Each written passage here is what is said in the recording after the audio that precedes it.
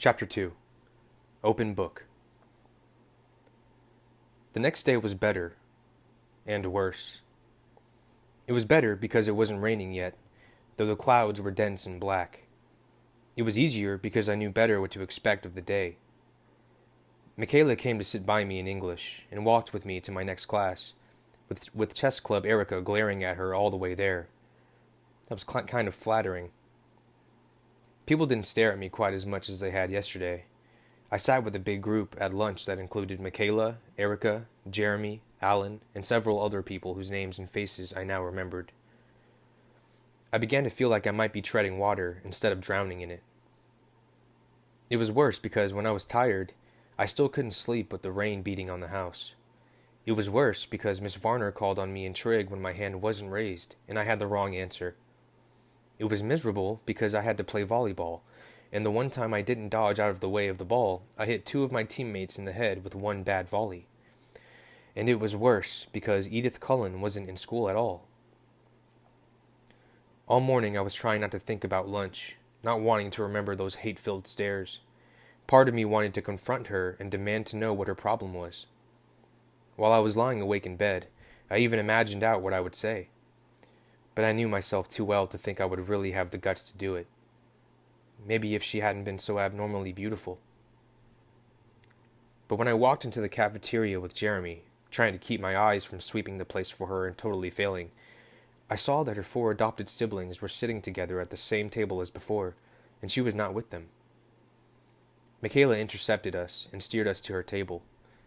Jeremy seemed thrilled by the attention, and his friends quickly joined us. I tried to tune into the conversations around me, but I was still uncomfortable, waiting for Edith's arrival. I hoped that she would simply ignore me when she came, and prove that I was making a big deal out of nothing. She didn't come, and I got more and more tense. I walked to biology with more confidence when, by the end of lunch, she still hadn't showed. Michaela, who was starting to seem weirdly, territorial about me, walked by my side to class. I hesitated for a second at the door, but Edith Cullen wasn't here, either. I exhaled and went to my seat. Michaela followed, talking about an upcoming trip to the beach. She lingered by my desk till the bell rang, then she smiled at me wistfully and went to sit by a boy with braces and something close to a bowl cut. I didn't want to be arrogant, but I was pretty sure she was into me, which was a strange feeling. Girls hadn't noticed me much at home.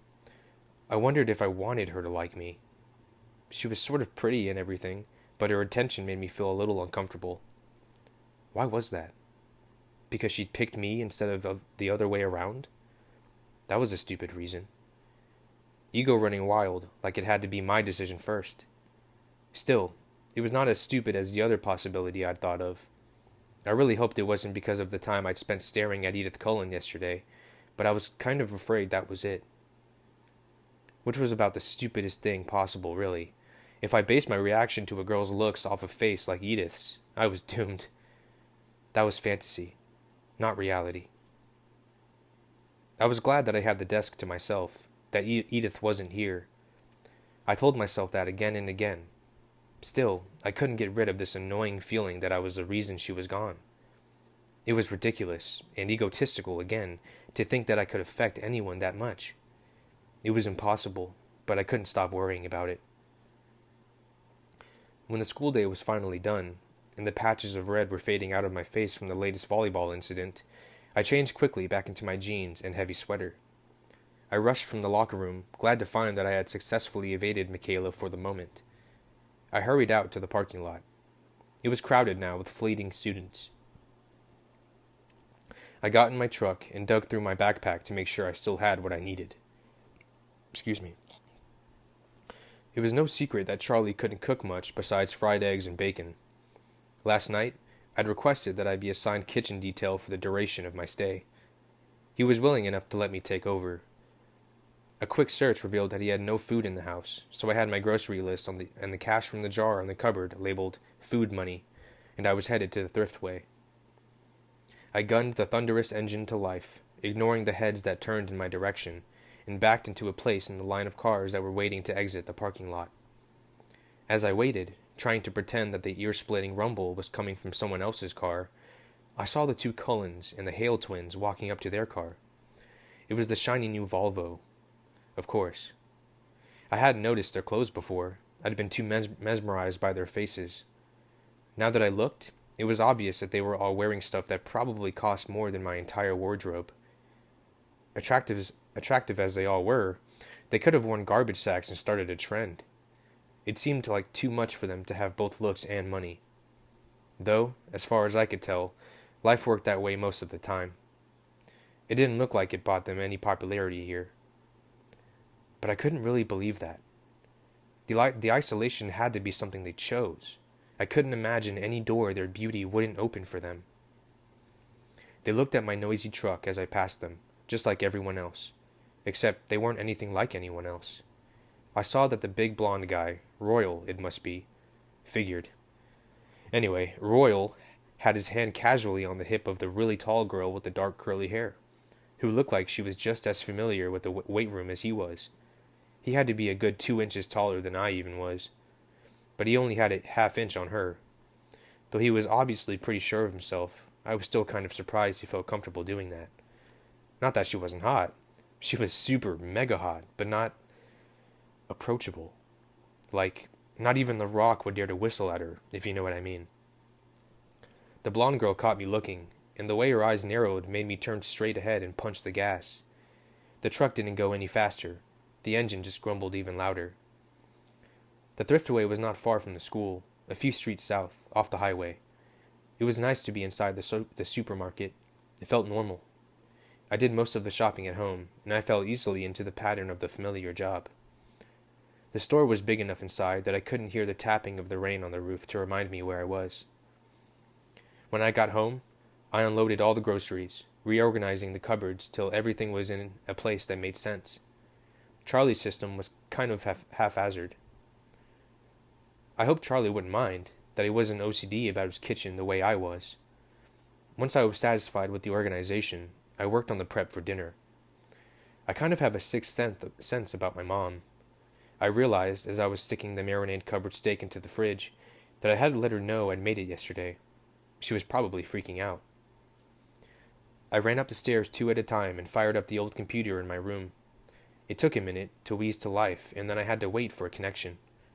Once I was online, 3 messages showed up in my inbox. The first was from yesterday, while I was still en route. "Bo," my mom wrote. "Write me as soon as you get in. Tell me how your flight was. Is it raining? I miss you already. I'm almost finished packing for Florida, but I can't find my pink blouse. Do you know where I put it? Phil says hi. Mom." I sighed and went to the next. It was sent 6 hours after the first. "Bo, why haven't you emailed me yet? What are you waiting for? Mom." The last was from this morning. "Beaufort Swan. If I haven't heard from you by 5:30 p.m. today, I'm calling Charlie." I checked the clock. I still had an hour, but Mom was known for jumping the gun. "Mom, calm down. I'm writing right now. Don't do anything crazy. Bo." I sent that, and then started the next, beginning with a lie. "Everything is great. Of course it's raining. I was waiting for something to write about. School isn't bad, just a little repetitive. I met some okay kids who sit by me at lunch. Your shirt is at the dry cleaners. You were supposed to pick it up Friday. Charlie bought me a truck. Can you believe it? It's awesome. It's old, but really sturdy, which is good, for me. I miss you, too. I'll write again soon, but I'm not going to check my email every 5 minutes. Relax. Breathe. I love you. Bo." I heard the front door bang open, and I hurried downstairs to take the potatoes out and put the steak in to broil. "Bo?" my father called out when he heard me on the stairs. Who else? I thought to myself. "Hey, Dad. Welcome home." "Thanks." He hung up his gun belt and stepped out of his boots as I moved around the kitchen. As far as I was aware, he'd never shot the gun on the job, but he kept it ready. When I'd come here as a child, he would always remove the bullets as soon as he walked in the door. I guess he considered me old enough now not to shoot myself by accident, and not depressed enough to shoot myself on purpose. "What's for dinner?" he asked warily. Mom was an imaginative cook, when she bothered, and her experiments weren't always edible. I was surprised and sad that he seemed to remember that far back. "Steak and potatoes," I answered. Charlie looked relieved. He obviously felt awkward standing in the kitchen doing nothing. He lumbered into the living room to watch TV while I worked. I think we were both more comfortable that way. I made a salad while the steak cooked and set the table. I called him in when dinner was ready, and he sniffed appreciatively as he walked into the room. "Smells good, Bo." "Thanks." We ate in silence for a few minutes. It wasn't awkward. Both of us liked quiet. In some ways, we were good roommates. "So, how did you like school? Make any friends?" he asked as he was taking seconds. "Well, I have a few classes with this guy named Jeremy. I sit with his friends at lunch, and there's this girl, Michaela, who's friendly. Everybody seems pretty nice, with one outstanding exception." "That must be Michaela Newton. Nice girl, nice family. Her dad owns a sporting goods store just outside of town. He makes a good living off of all the backpackers who come through here." We ate in silence for a minute. "Do you know the Cullen family?" I asked, trying to sound casual. "Dr. Cullen's family? Sure. She's a great woman." The kids are a little different. They don't seem to fit in very well at school." I was surprised to see Charlie's face get red, the way it does when he's angry. "People in this town," he muttered. "Dr. Cullen is a brilliant surgeon who could probably work in any hospital in the world, make 10 times the salary she gets here," he continued, getting louder. "We're lucky to have her, lucky that her husband wanted to live in a small town. She's an asset to the community, and all those kids are well-behaved and polite. I had my doubts when they first moved in, with all those adopted teenagers. I thought we might have some problems with them, but they're all very mature. I haven't had one speck of trouble from any of them. That's more than I could say for the children of some folks who have lived in this town for generations. And they stick together the way a family should. Camping trips every other weekend. Just because they're newcomers, people have to talk." It was the longest speech I'd ever heard Charlie make. He must feel strongly about whatever people were saying. I backpedaled. "They seem nice enough to me. I just noticed they kept to themselves. They're all very attractive," I added, trying to be more complimentary. "You should see the doctor," Charlie said, laughing. "It's a good thing she's happily married. A lot of the hospital staff have a hard time concentrating on their work with her around." We lapsed back into silence as we finished eating. He cleared the table while I started on the dishes. He went back to the TV, and after I finished washing the dishes by hand, no dishwasher, I went upstairs to work on my math homework. I could feel a tradition in the making. That night it was finally quiet. I fell asleep fast, exhausted. The rest of the week was uneventful. I got used to the routine of my classes. By Friday I was able to recognize, if not name, almost all the kids at school. In gym, the people on my team learned not to send the ball my direction.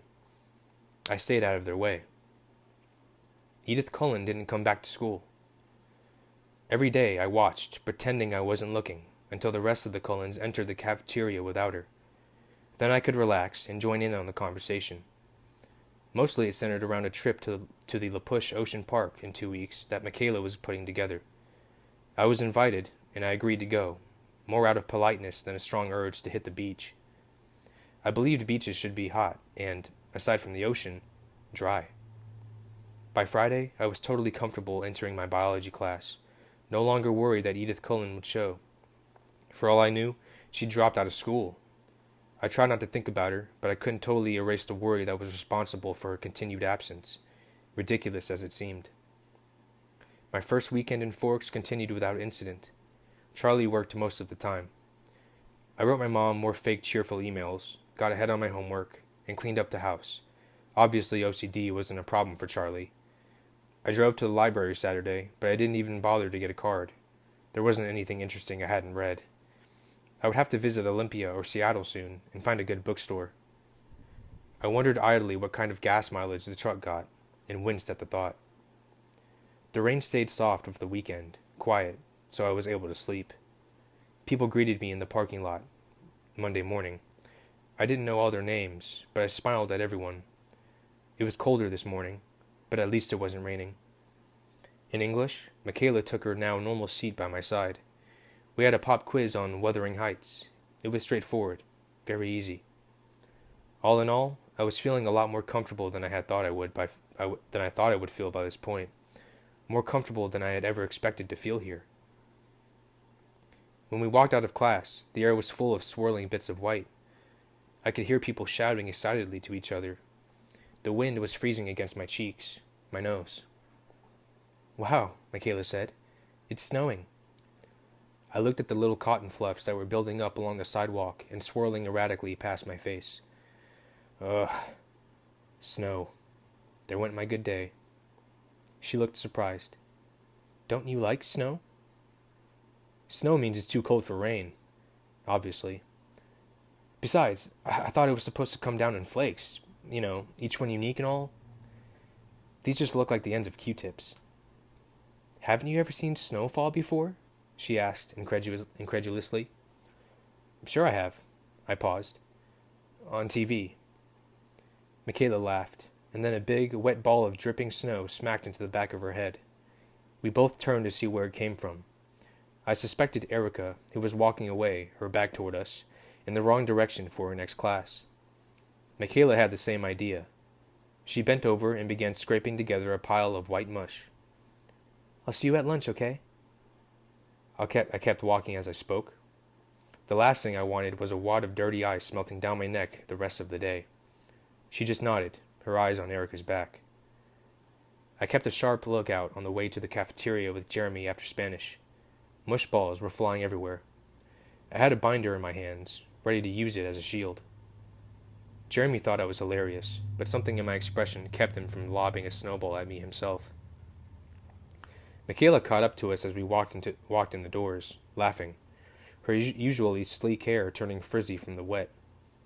She and Jeremy were talking animatedly about the snow fight as we got in line to buy food. I glanced toward that table in the corner out of habit, and then I froze where I stood. There were 5 people at the table. Jeremy pulled on my arm. "Hey, Bo, what do you want?" I looked down. My ears were hot. I had no reason to feel self-conscious, I reminded myself. I hadn't done anything wrong. "What's with Bo?" Michaela asked Jeremy. "Nothing," I answered. I grabbed a soda bottle as I caught up to the end of the line. "Aren't you hungry?" Jeremy asked. "Actually, I feel a little sick," I said. He shuffled a few steps away from me. I waited for them to get their food, and then followed them to the table, my eyes anywhere but the back corner of the cafeteria. I drank my soda slowly, stomach churning. Twice Michaela asked, with a concerned tone that seemed a little over the top, how I was feeling. I told her it was nothing, but I was wondering if I should play it up and escape to the nurse's office for the next hour. Ridiculous. I shouldn't have to run away. Why was I being such a coward? Was it so bad to be glared at? It wasn't like she was actually going to stab a knife in me. I decided to allow myself one glance at the Cullen family's table, just to read the mood. I kept my head turned away and glanced out of the side of my eye. None of them were looking this way. I turned my head a little. They were laughing. Edith, Jessamine, and Eleanor all had their hair entirely saturated with melting snow.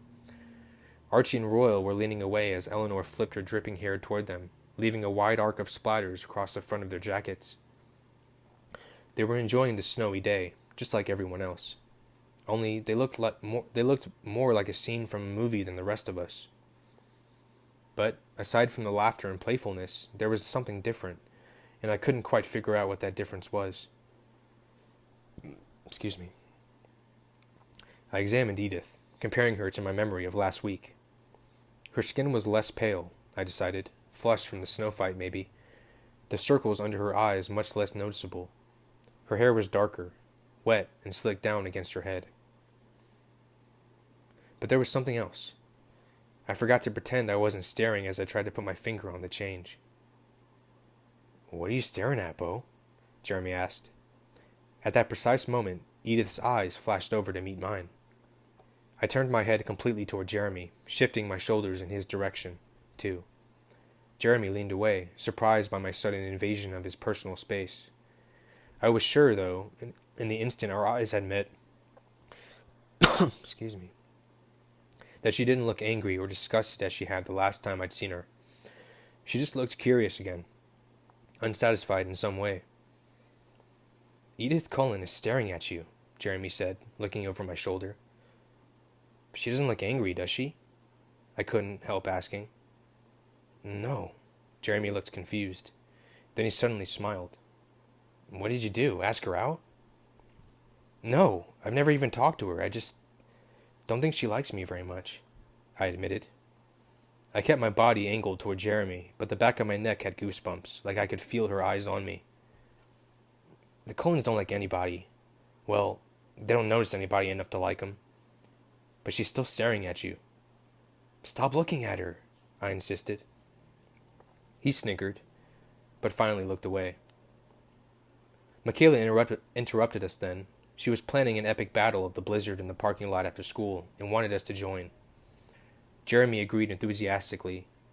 The way he looked at Michaela left little doubt that he would be up for anything she suggested. I kept silent. I wondered how many years I would have to live in Forks before I was bored enough to find frozen water exciting. Probably much longer than I planned to be here. For the rest of the lunch hour, I very carefully kept my eyes on my own table. Edith didn't look like she was planning to murder me anymore, so it was no big thing to go to biology. My stomach twisted at the thought of sitting next to her again. I didn't really want to walk to class with Michaela as usual. She seemed to be a popular target for snowballs. But when we got to the door, everyone besides me groaned in unison. It was raining, washing all traces of the snow away in clear, icy ribbons down the side of the walkway. I pulled my hood up, hiding my smile. I would be free to go straight home after gym. Michaela kept up a string of complaints on the way to Building 4. Once inside the classroom, I was relieved that Edith's chair was still empty. It gave me a minute to settle myself. Mrs. Benner was walking around the room, distributing one microscope and box of slides to each table.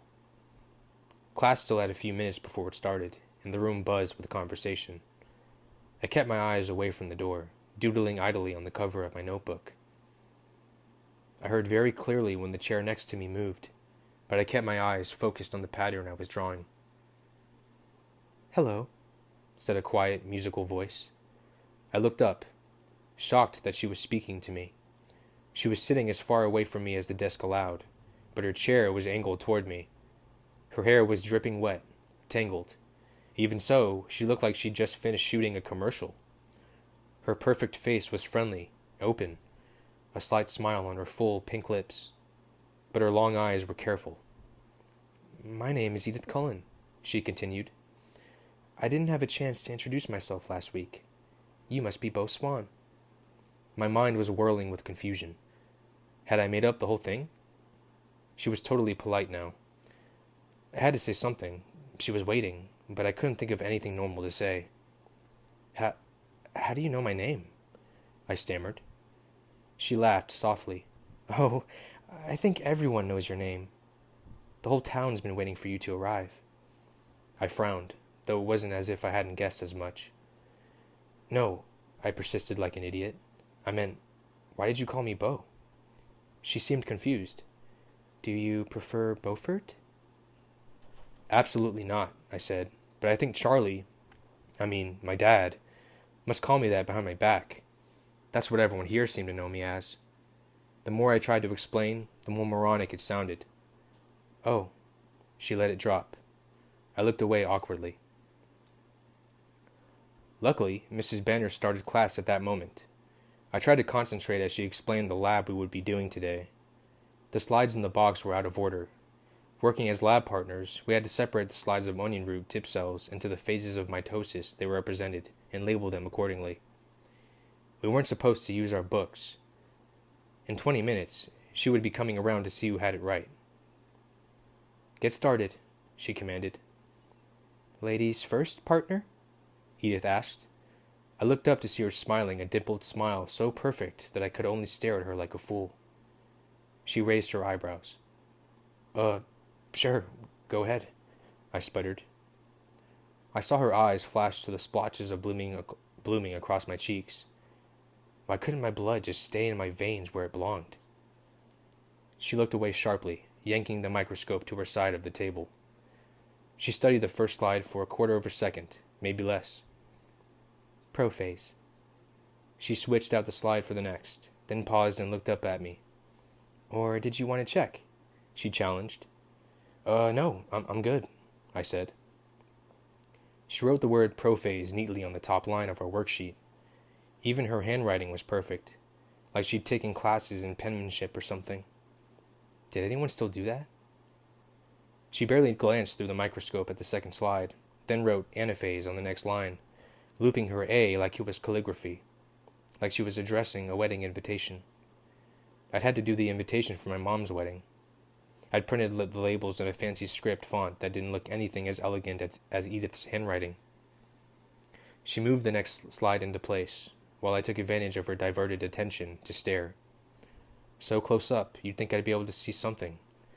A hint of a pimple, a stray eyebrow hair, a pore, something wrong with her. But there was nothing. Suddenly her head flipped up, eyes to the front of the class, just before Mrs. Banner called out, Miss Cullen? Yes, Mrs. Banner? Edith slid the microscope toward me as she spoke. Perhaps you should let Mr. Swan have an opportunity to learn? Of course, Mrs. Banner. Edith turned and gave me a, well, go ahead then, look. I bent down to look through the eyepiece. I could sense she was watching, only fair, considering how I'd been ogling her, but it made me feel awkward, like just inclining my head was a clumsy move. At least the slide wasn't difficult.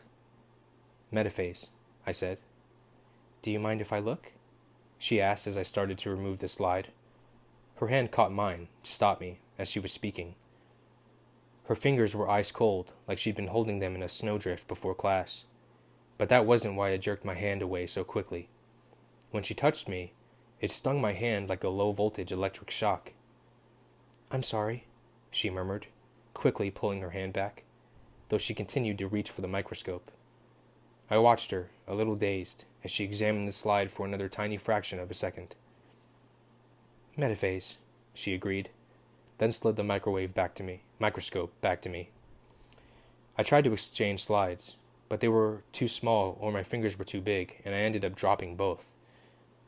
One fell on the table and the other over the edge, but Edith caught it before it could hit the ground. Ugh, I exhaled, mortified. Sorry.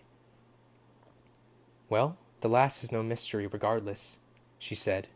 Her tone was right on the edge of laughter, but of the joke again. Edith calligraphied the words metaphase and telephase onto the last 2 lines of the worksheet. We were finished before anyone else was close. I could see Michaela and her partner comparing 2 slides again and again, and another pair had their book open under the table, which left me with nothing to do but try not to look at her, unsuccessfully. I glanced down, and she was staring at me, that same strange look of frustration in her eyes. Suddenly, I identified that elusive difference in her face. Did you get contacts? I blurted out. She seemed puzzled by my apropos of nothing question. No. Oh, I mumbled. I thought there was something different about your eyes. She shrugged and looked away. In fact, I knew there was something different. I had not forgotten one detail of that first time she glared at me like she wanted me dead. I could still see the flat black color of her eyes, so jarring against the background of her pale skin. Today, her eyes were a completely different color, a strange gold, darker than butterscotch, but with the same warm tone. I didn't understand how that was possible, unless she was lying for some reason about the contacts. Or maybe Forks was making me crazy in the literal sense of the word. I looked down. Her hands were clenched into fists again. Mrs. Banner came up to our table then, looking over our shoulders to glance at the completed lab, and then stared more intently to check the answers. So, Edith, Mrs. Banner began. Bo identified half of the slides, Edith said before Mrs. Banner could finish. Mrs. Banner looked at me now. Her expression was skeptical. Have you done this lab before? She asked. I shrugged. Not with onion root. Whitefish blastula? Yeah. Mrs. Banner nodded. Were you in an advanced placement program in Phoenix? Yes. Well, she said after a moment, I guess it's good you two are lab partners. She mumbled something else I couldn't hear as she walked away. After she left, I started doodling in my notebook again. It's too bad about the snow, isn't it? Edith asked. I had the odd feeling that she was forcing herself to make small talk with me. It was like she had heard my conversation with Jeremy at lunch and was trying to prove me wrong, which was impossible. I was turning paranoid. Not really, I answered honestly, instead of pretending to be normal like everyone else. I was still trying to shake the stupid feeling of suspicion, and I couldn't concentrate on putting up a socially acceptable front. You don't like the cold. It wasn't a question. Or the wet. Forks must be a difficult place for you to live, she mused. You have no idea, I muttered darkly. She looked riveted by my response, for some reason I couldn't imagine. Her face was such a distraction that I tried not to look at it more than courtesy absolutely demanded. Why did you come here, then? No one had asked me that. Not straight out like she did, demanding. It's complicated. I think I can keep up, she pressed. I paused for a long moment, and then made the mistake of meeting her gaze. Her long, dark gold eyes confused me, and I answered without thinking. My mother got remarried, I said. That doesn't sound so complex, she disagreed, but her tone was suddenly softer. When did that happen? Last September. I couldn't keep the sadness out of my voice. And you don't like him? Edith guessed, her voice still kind. No, Phil is fine. A little young, maybe, but he's a good guy. Excuse me. Why didn't you stay with them? I couldn't understand her interest, but she continued to stare at me with penetrating eyes, as if my dull life story was somehow vitally important. Phil travels most of the time. He plays ball for a living. I half smiled. Have I heard of him? She asked, smiling in response, just enough for a hint of the dimples to show. Probably not. He doesn't play well, just minor league. He moves around a lot. And your mother sent you here so that she could travel with him. She said it as an assumption again, not a question. My hunched shoulders straightened automatically. No, she didn't. I sent myself. Her eyebrows pushed together. I don't understand, she admitted, and she seemed more frustrated by that fact than she should be. I sighed. Why was I explaining this to her? She stared at me, waiting. She stayed with me at first, but she missed him. It made her unhappy, so I decided it was time to spend some quality time with Charlie. My voice was glum by the time I finished. But now you're unhappy, she pointed out. And? I challenged. That doesn't seem fair. She shrugged, but her eyes were still intense. I laughed once. Haven't you heard? Life isn't fair. I believe I have heard that somewhere before, she agreed dryly. So that's it, I insisted, wondering why she was still staring at me that way. Her head tilted to the side, and her gold eyes seemed to laser right through the surface of my skin. You put on a good show, she said slowly. But I'd be willing to bet that you're suffering more than you let anyone see. I shrugged. I repeat. And? I don't entirely understand you. That's all. I frowned. Why would you want to? That's a very good question, she murmured, so quietly that I wondered if she was talking to herself. However, after a few seconds of silence, I decided that was the only answer I was going to get. It was awkward, just looking at each other, but she didn't look away. I wanted to keep staring at her face, but I was afraid she was wondering what was wrong with me for staring so much. So finally I turned toward the blackboard. She sighed. I glanced back, and she was still looking at me, but her expression was different. A little frustrated or irritated. I'm sorry, I said quickly. Am I annoying you? She shook her head and smiled with half her mouth so that one dimple popped out. No, if anything, I'm annoyed with myself. Why? She cocked her head to the side. Reading people, it usually comes very easily to me. But I guess, I don't know quite what to make of you. Is that funny? I flattened out my grin. More unexpected. My mom always calls me her open book. According to her, you can all but read my thoughts printing out across my forehead. Her smile vanished and she half glared into my eyes. Not angry like before, just intense. As if she was trying hard to read that printout my mom had seen. Then, switching gears just as abruptly, she was smiling again. I suppose I've gotten overconfident. I didn't know what to say to that. Sorry? She laughed, and the sound was like music, though I couldn't think of the instrument to compare it to. Her teeth were perfect, no surprise there, and blinding white. Mrs. Banner called the class to order then, and I was relieved to give her my attention. It was a little too intense, making small talk with Edith. I felt dizzy in a strange way. Had I really just detailed my boring life to this bizarre, beautiful girl who might or might not hate me? She seemed almost too interested in what I had to say, but now I could see, from the corner of my eye, that she was leaning away from me again, her hands gripping the edge of the table with unmistakable tension. I tried to focus as Mrs. Banner went through the lab with transparencies on the overhead projector, but my thoughts were far away from the lecture. When the bell rang, Edith rushed as swiftly and as gracefully from the room as she had last Monday, and, like last Monday, I stared after her with my jaw hanging open. Michaela got to my table almost as quickly. That was awful, she said. They all looked exactly the same. You're lucky you had Edith for a partner. Yeah, she seemed to know her way around an onion root. She was friendly enough today, Michaela commented as she shrugged into our raincoats. She didn't sound happy about it. I tried to make my voice casual. I wonder what was with her last Monday.